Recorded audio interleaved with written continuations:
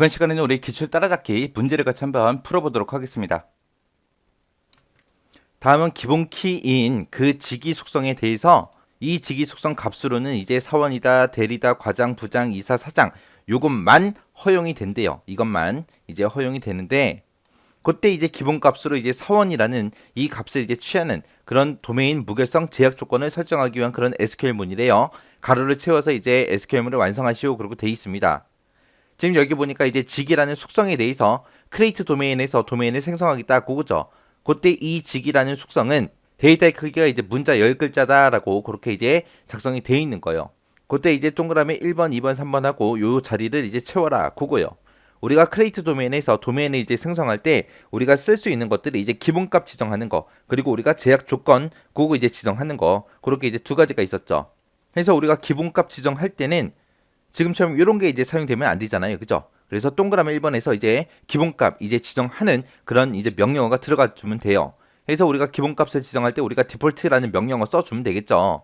그래서 동그라미 1번에는 지금처럼 이렇게 디폴트라고 써서 이제 사원으로 그렇게 디폴트 값, 기본값을 지정하겠다라고 이렇게 이제 써주면 되는 거고요.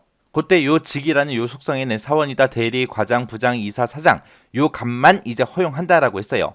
그러면 이제 직위라는 이 곳에 이제 어떤 특정 값이 들어왔을 때 그게 이 6개 중에 하나냐라고 이제 비교를 해줘야 돼요. 그때 이제 직이라는 요 속성에서 사용할 수 있는 이제 값의 범위를 이제 지정해 줄 때 우리가 체크하고 써주면 되겠죠.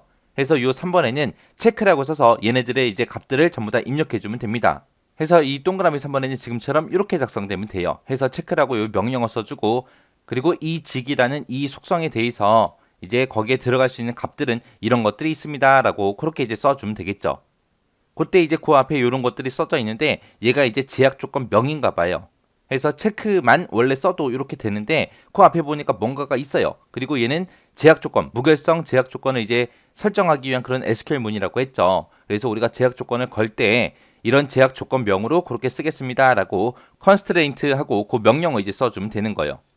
그래서 동그라미 2번에는 constraint 하고 이렇게 이제 명령어가 들어갈 거예요.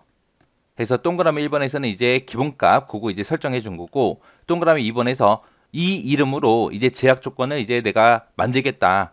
제약 조건을 작성하겠다라고 그렇게 이제 써주면 되는 거고 그 다음에 동그라미 3번에서 이제 이 사원, 대리, 과장, 부장, 이사, 사장 요 값만 이제 사용하겠다라고 해서 그렇게 이제 값의 범위를 내가 지정해 놓은 거예요.